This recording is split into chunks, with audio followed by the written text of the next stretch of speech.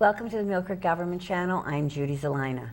The Epilepsy Foundation is an unwavering ally on the journey of living with epilepsy and seizures. The foundation is a community-based, family-led organization dedicated to improving the lives of all people impacted by seizures. They're here for you, whether you live with epilepsy, have a loved one with seizures, or have a desire to improve the lives for people impacted by epilepsy. They provide programs, services, and support in our community. They educate about proper seizure awareness, recognition, and first aid. Living with epilepsy means learning about the condition, getting support from others, being prepared for seizures, and making your environment as safe as possible. Joining us today to help us understand epilepsy a bit more is Andrea Zonneveld. Yes. Yes, I did it. And Andrea is the Community Education and Events Coordinator for the Epilepsy Foundation of Western Central Pennsylvania. That's correct, and it's a mouthful, isn't it? It sure is. And it covers a wide area, but Andrea, thank you so much. Andrea has joined us from Pittsburgh, actually, to let us know exactly what programs that they have in place, how they can help us, and then we want to find out how we can help you too, Andrea. Absolutely. Thank you for joining us. First off, let's let our viewers know a little bit more about you. How long have you been with the foundation? Okay. I've been with the Epilepsy Foundation for about 6.5 years now. The time has flown by. I can't.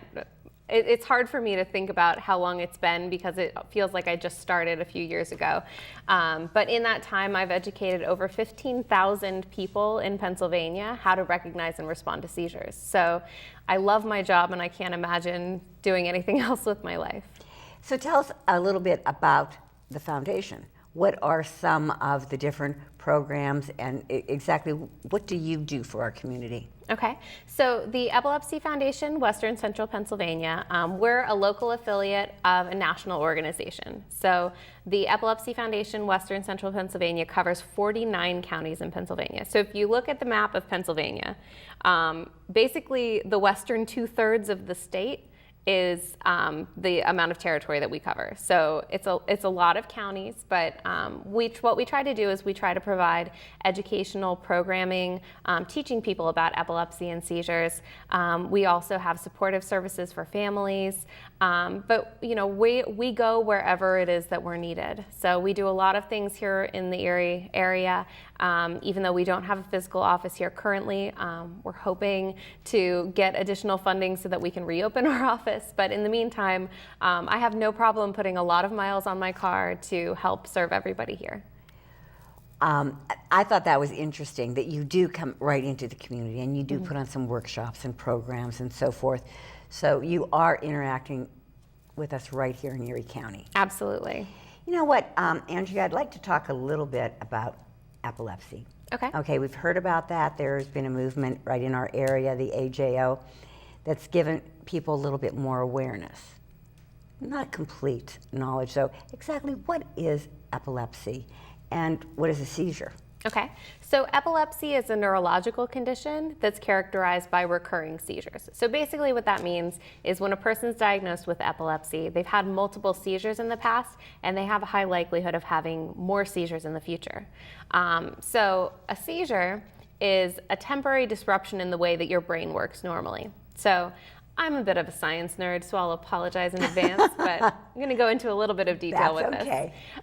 So the way your brain functions normally, you have billions and billions of brain cells in your head called neurons.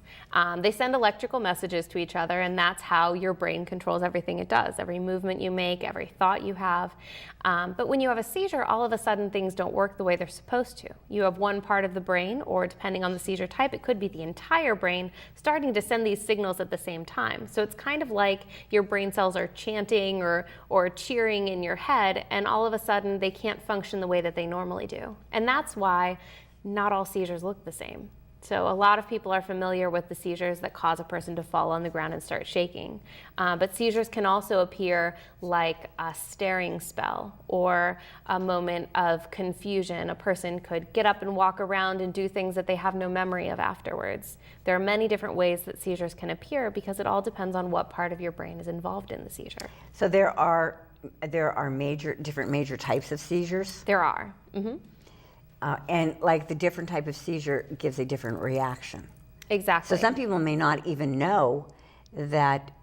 If you said they don't even remember, they aren't even aware that has happened to them. It's possible. I know a lot of families that we've worked with who maybe their child has nocturnal seizures, so seizures that typically only happen at nighttime. So if they're sleeping in their own bed and they have a seizure, they're not going to wake up from that. Their parents might not hear that it's happening, so it could go undiagnosed for a while. There are other seizure types that are easily misdiagnosed. Sometimes children are diagnosed with an attention problem or a behavioral problem in school, and then a few years later, the doctors figure out that they were having what's called absent seizures, which are seizures that cause brief lapses in awareness where the student might just stare off into space blankly, and they don't have any memory of doing that, and all they know is that they missed out on something. When they come to, they realize that what's happening now around them isn't what was happening from the last thing they remembered. Now, if I have a seizure, does that mean I have epilepsy? Not necessarily. So 1 in every 10 people can expect to have a seizure of some kind in their lifetime, whether it's related to epilepsy or it's because of some other acute cause like an extreme illness or something like that. Usually doctors are going to wait until you've had a couple of seizures before they diagnose you with epilepsy, or if they can see using diagnostic tools that there's something that's causing the seizures and you're going to continue to have seizures, they might diagnose you after one, but it's more likely that they'll wait and see what happens next. Okay, here's the question. I bet you hear this one a million times. What causes epilepsy? That's a hard question to answer. Because there's not really an answer, right? There's not. But people I'm sure they ask you that. They do. There's not one answer that is true for all cases. Okay.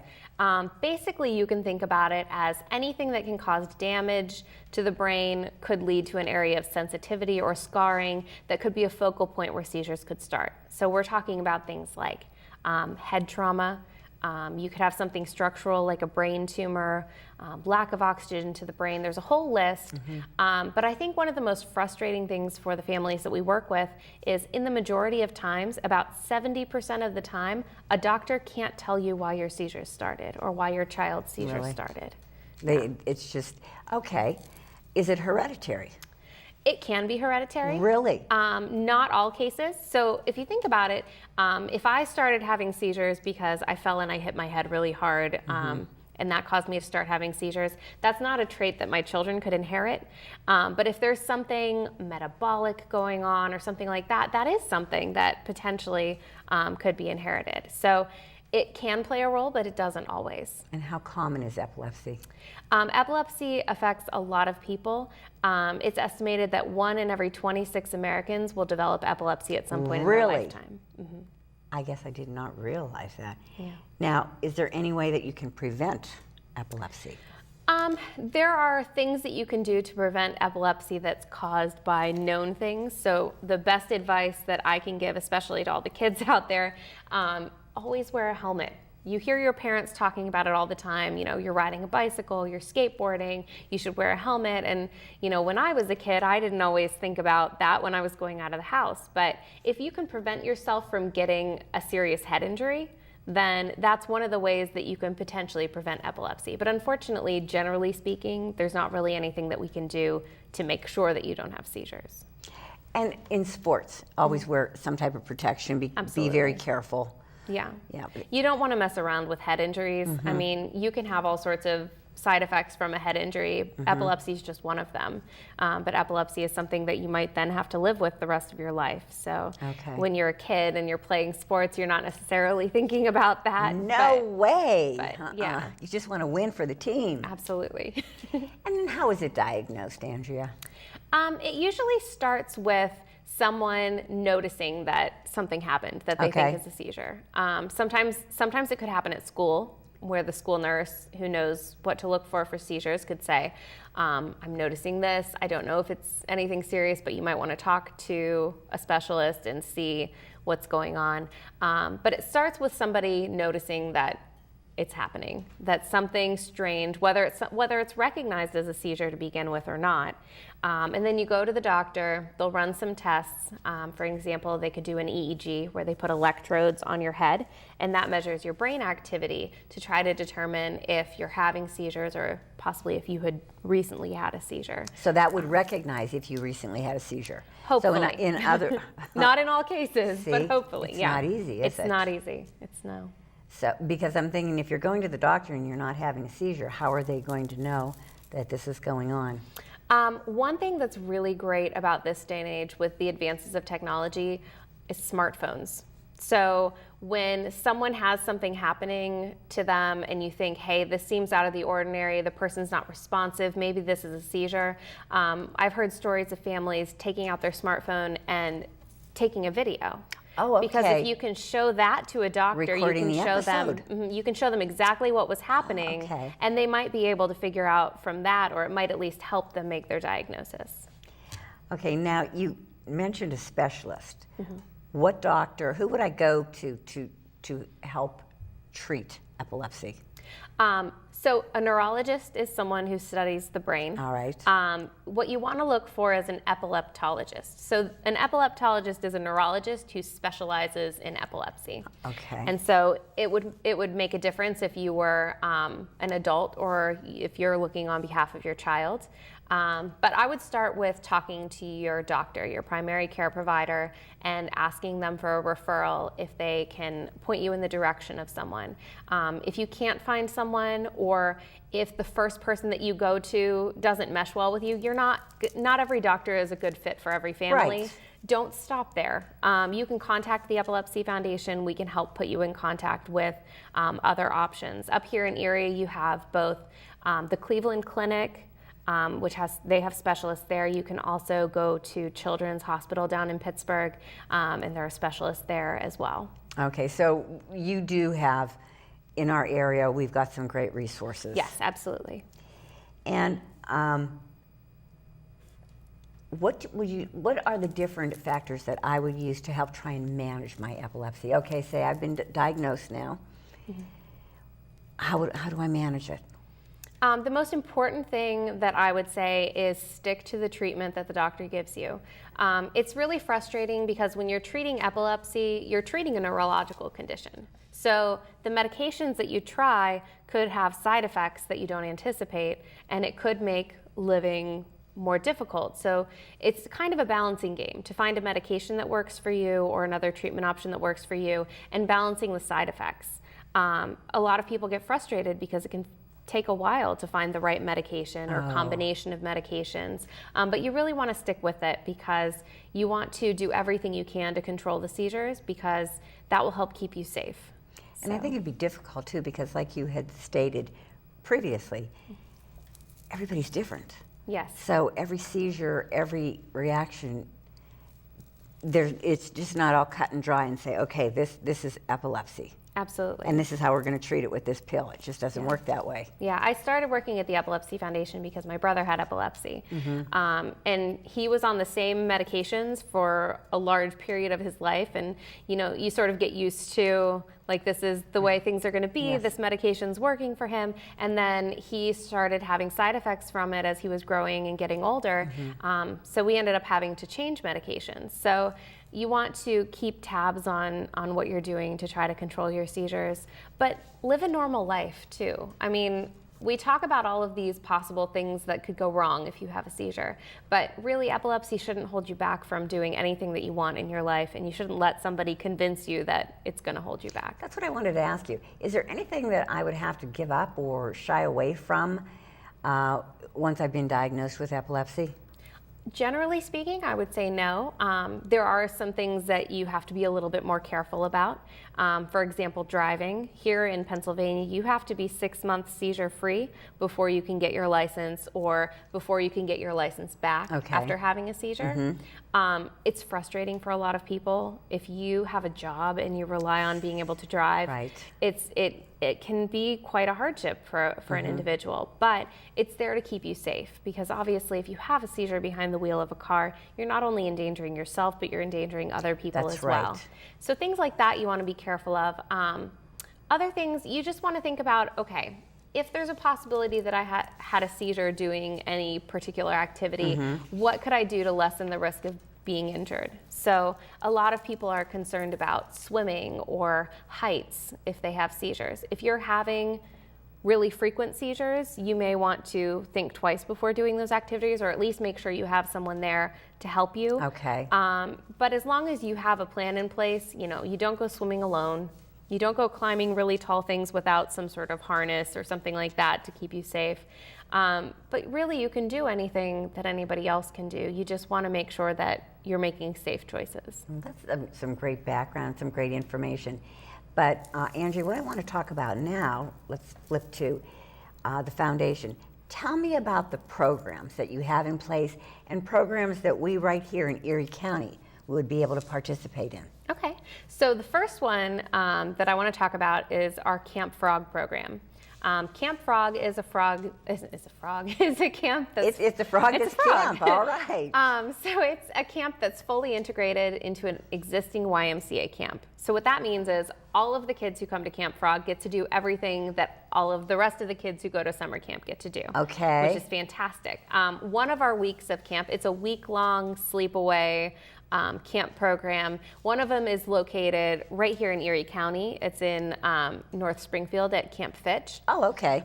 So all of our kids come to camp. They get to experience everything like all of the other children.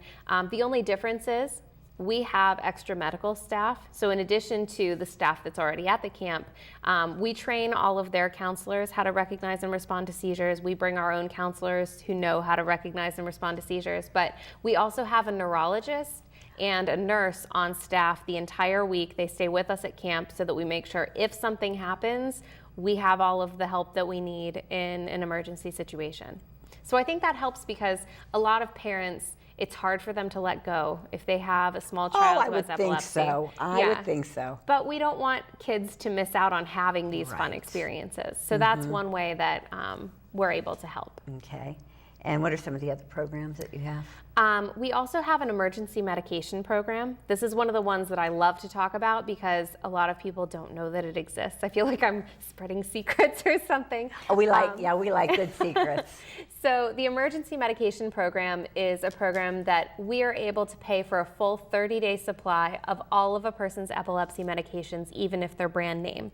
So if you have lost your job or you forgot to file insurance paperwork in time and there's going to be a lapse in coverage, you can call us.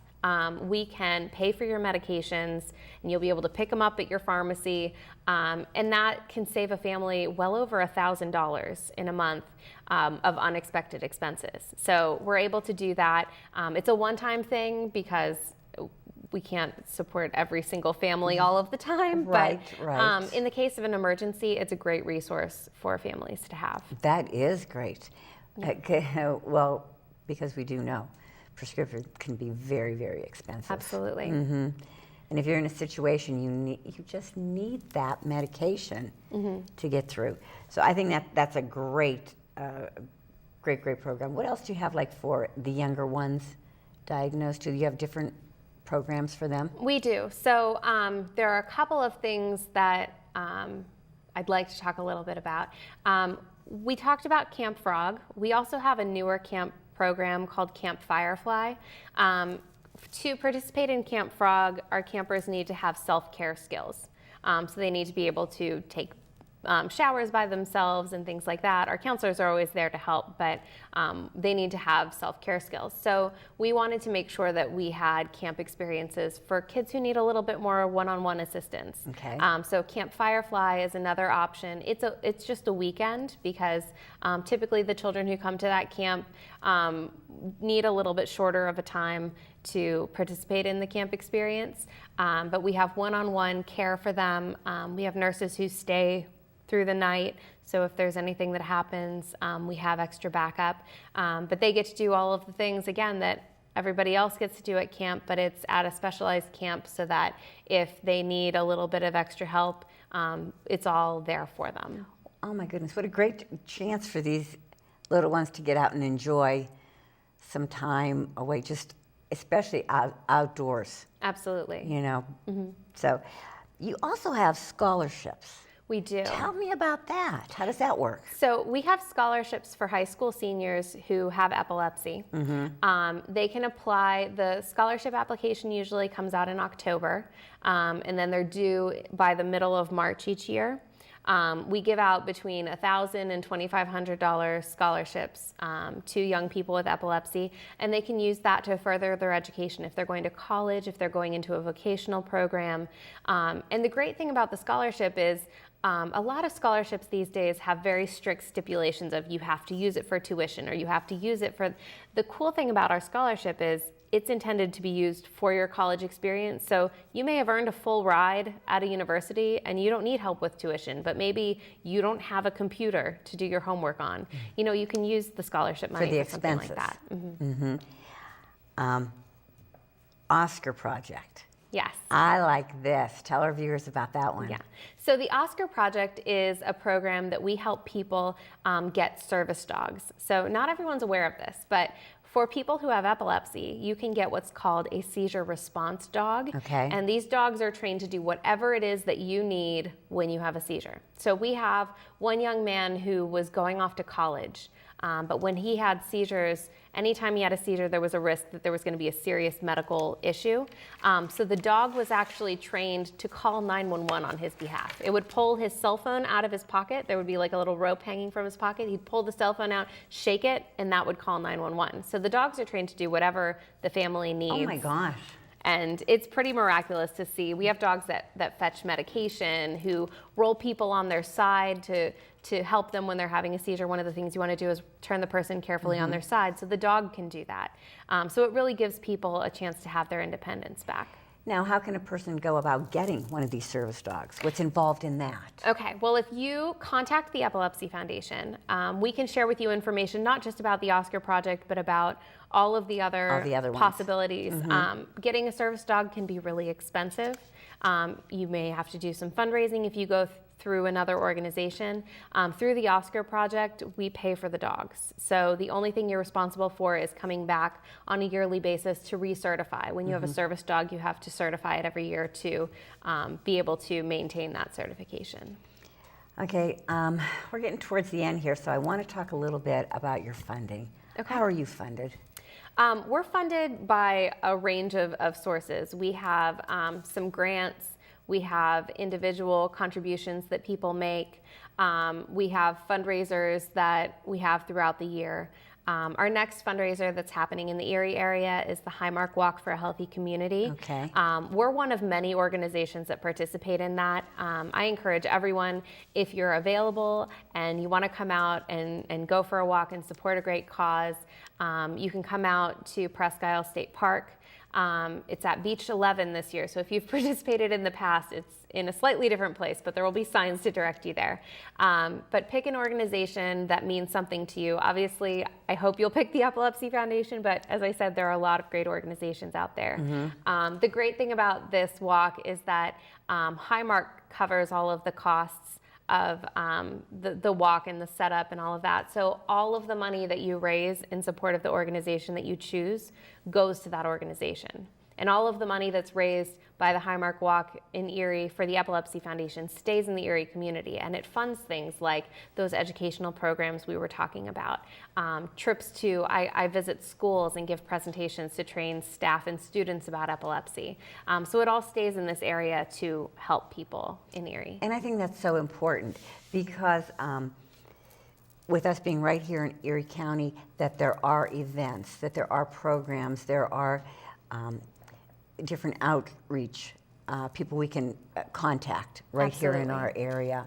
And also, Andrea, if there is an organization that would like you to come up and speak, or anything, you'd be right there to help them with that. Absolutely. All you have to do is call our office.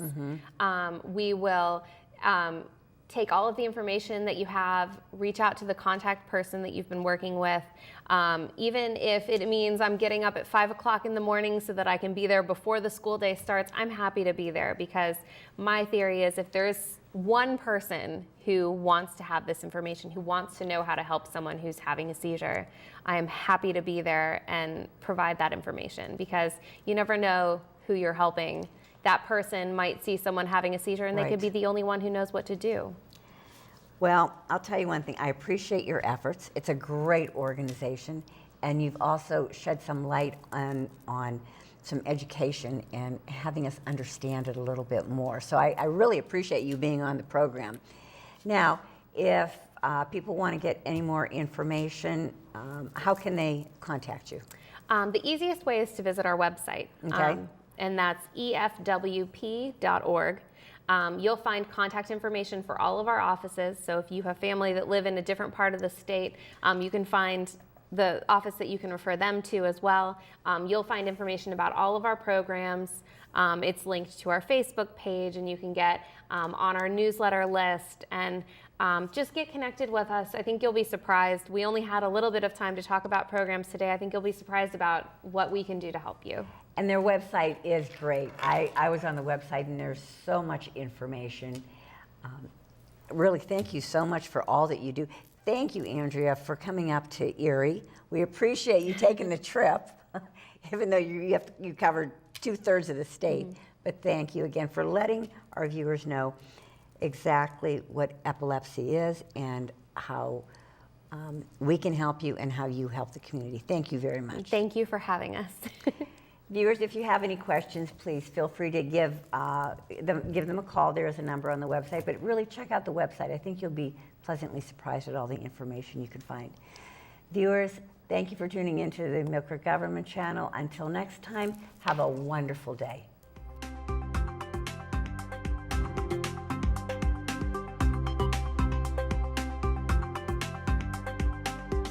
You're watching the Millcreek Government Channel, powered by WQLN Public Media.